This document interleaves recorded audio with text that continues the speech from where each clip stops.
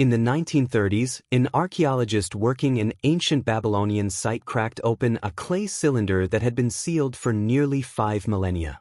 Inside, etched into the clay with the patient hand of someone who considered it worth preserving, was a recipe. Not for bread. Not for beer. For soap. Fats boiled with ashes. That was the entire formula, and the remarkable thing is that it is not meaningfully different from what you would find in an artisan soap shop today. The Babylonians had discovered something that looked, from the outside, almost like magic. When animal fat is combined with the alkaline salts found in wood ash, a chemical transformation occurs. The fat does not simply mix with the ash. It is restructured at a molecular level into a substance capable of bonding with both water and grease simultaneously, grabbing dirt and oil from skin and carrying them away. We now call this process saponification. The Babylonians had no name for it. They simply knew it worked. What they were not doing with it, however, was washing their hands. Early soap was primarily an industrial product, used to clean wool and cotton before the dyeing process. Its domestic application came later, and when it did arrive in personal use, it arrived as a status symbol. To be visibly clean in ancient Babylon was to signal wealth. Soap was not cheap, and the maintenance of personal hygiene was, from the very beginning of recorded history, a privilege that not everyone could afford. The Egyptians took the Babylonian formula and expanded its applications considerably. The Ebers Papyrus, a medical document dating to approximately 1500 BC, describes combining animal and vegetable oils with alkaline salts to produce a soap-like substance, and crucially, it describes this substance not primarily as a cleanser but as a treatment for skin diseases. Soap, in the Egyptian medical tradition, was medicine. The Egyptians also deployed soap-based techniques in their mummification practices, trusting the preservative properties of these compounds with what they considered the most important task imaginable, preparing the dead for eternity. That the technique worked, and that mummies have survived thousands of years in recoverable condition, is a quiet testament to how well the Egyptians understood what they were working with, even without the vocabulary to explain the chemistry beneath it. The Greeks refined the formula by substituting olive oil for animal fat, producing a gentler product suited to the Mediterranean climate and the Greek preference for physical cultivation. The Romans inherited both traditions and initially misread soap entirely, treating it as a topical medicine for skin ailments rather than a general cleanser. Once they corrected that misunderstanding, they adopted soap with characteristic Roman thoroughness. The Roman bathhouse, the thermae, became one of the defining social institutions of the ancient world. These were not simply places to wash.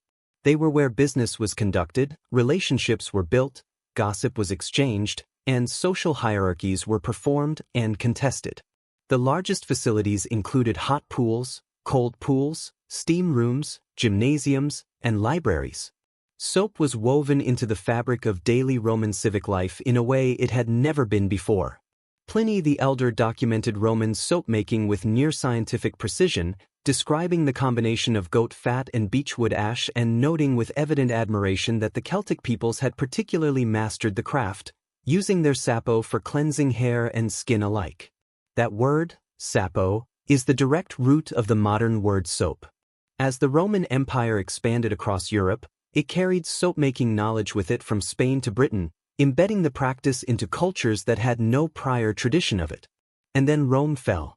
In 476 AD, the Western Roman Empire collapsed, and with it went the infrastructure, the aqueducts, the bathhouses, the supply chains, the civic culture that had made widespread hygiene possible. Soap production across Europe plummeted. Public bathing essentially stopped. For centuries, much of the continent abandoned the cleanliness practices that Roman civilization had spent 1,000 years perfecting. This was not merely unpleasant. It was catastrophic.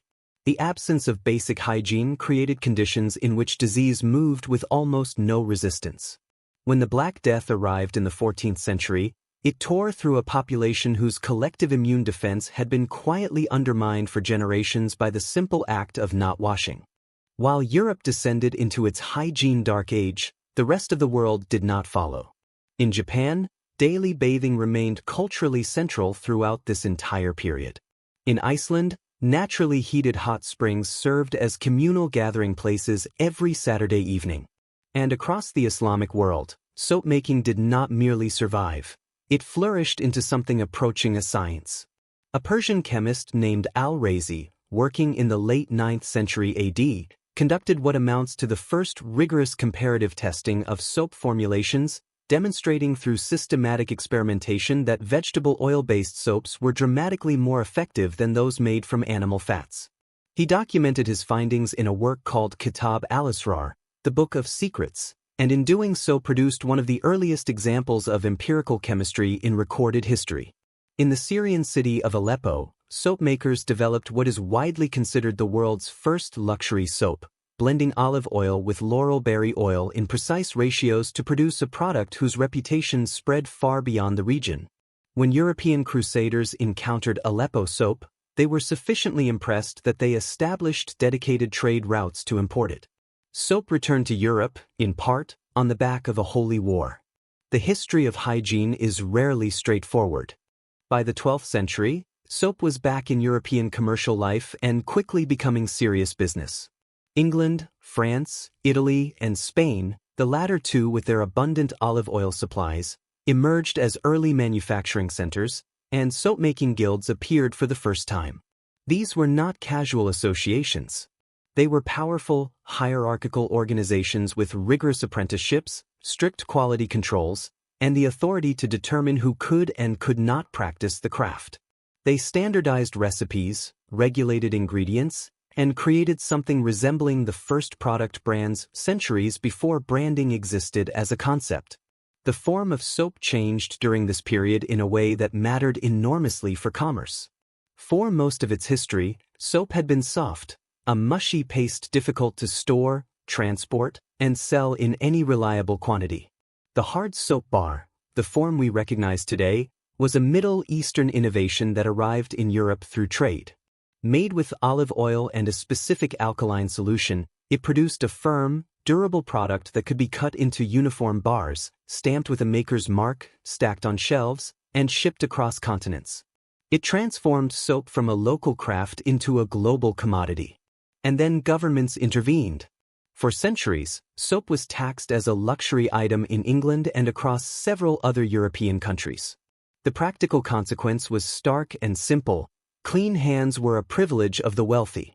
The poor could not afford soap, which meant the poor remained vectors of disease in ways the wealthy, with their stocked washrooms, largely did not.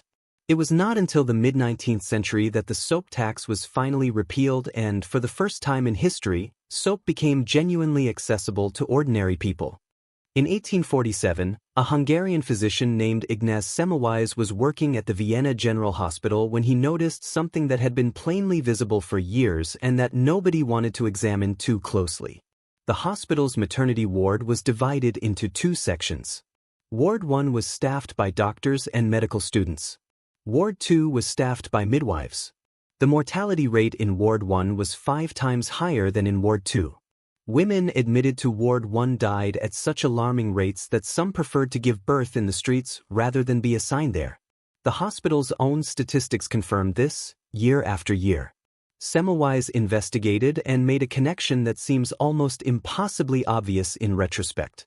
The doctors in Ward 1 regularly moved directly from performing autopsies on cadavers to delivering babies, without washing their hands.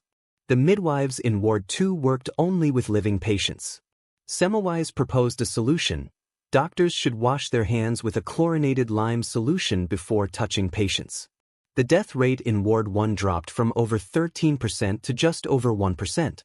The intervention was simple, cheap, immediate, and almost completely effective. He was not celebrated. He was ridiculed. The prevailing medical theory of the era held that disease was caused by miasma, bad air, atmospheric imbalance, environmental corruption. The idea that a physician's own hands could be carrying death from one patient to another was not merely scientifically controversial. It was considered professionally offensive, an attack on the dignity and competence of the medical establishment. Colleagues dismissed Semmelweis's findings. Prominent obstetricians rejected his evidence. As the rejection mounted and women continued dying in wards that refused to adopt his protocol, Semmelweis grew increasingly desperate, writing furious open letters to leading physicians, calling them irresponsible and complicit in the deaths of their patients. In 1865, he was lured to a mental asylum under false pretenses. He died there 14 days later, at 47 years old, of an infection, some historians believe from a wound sustained during a beating by guards. The precise cause remains disputed. The injustice does not.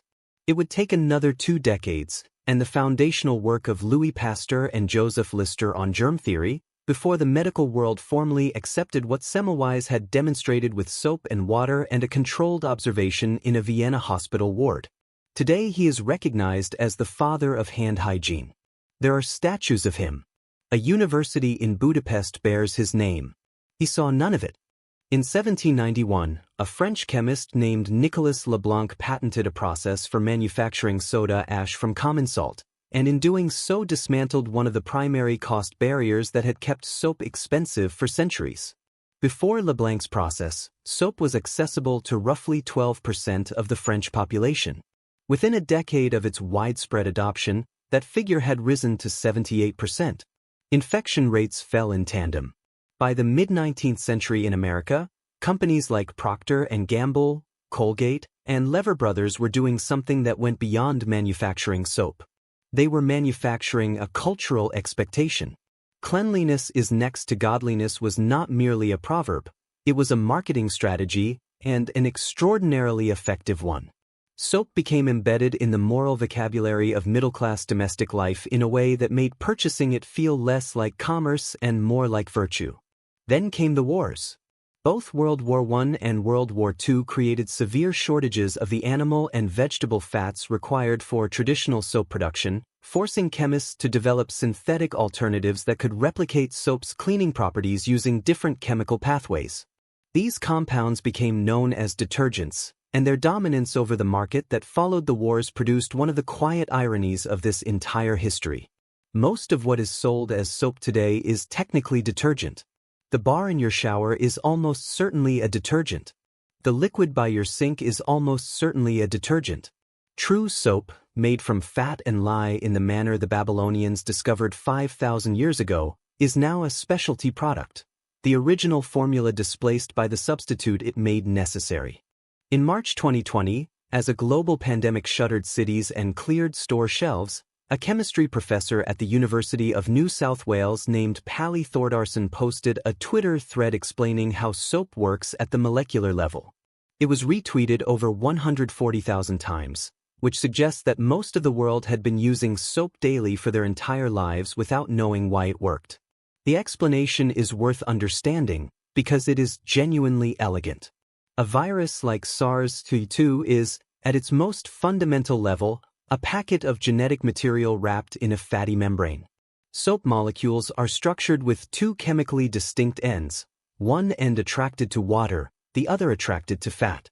When soap contacts the virus's fatty outer shell, the fat-attracted ends of soap molecules wedge themselves into that membrane and physically tear it apart. The virus is not simply rinsed off the hands.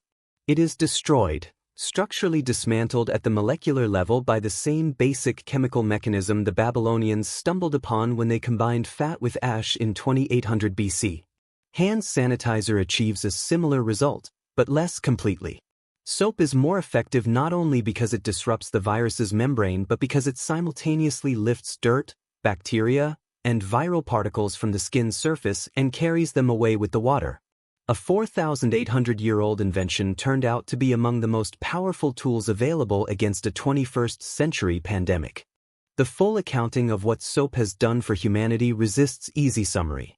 It reshaped social hierarchies by making cleanliness accessible beyond the wealthy. It powered Roman civilization and outlasted Roman collapse. It was carried across the medieval world by crusaders who encountered it in Syria and recognized something their own continent had lost. It was taxed into exclusivity by governments, democratized by chemistry, and nearly buried by an establishment that could not accept what one careful Hungarian doctor had demonstrated in plain numbers. It created industries worth hundreds of billions of dollars. It contributed in ways that are difficult to fully quantify but impossible to dismiss to the decline of infectious disease mortality that transformed average human life expectancy over the past 2 centuries. And when a novel virus emerged and the world was frightened and uncertain, the most effective public health guidance available was to wash your hands, with soap, with water, for 20 seconds, the same basic act the Babylonians were performing in 2800 BC. From a sealed clay cylinder in ancient Babylon to the bar beside your sink, the story of soap is, in the end, a story about one of the longest and most consequential relationships in human history, the quiet, daily, unglamorous act of keeping ourselves clean, and everything that has depended on it,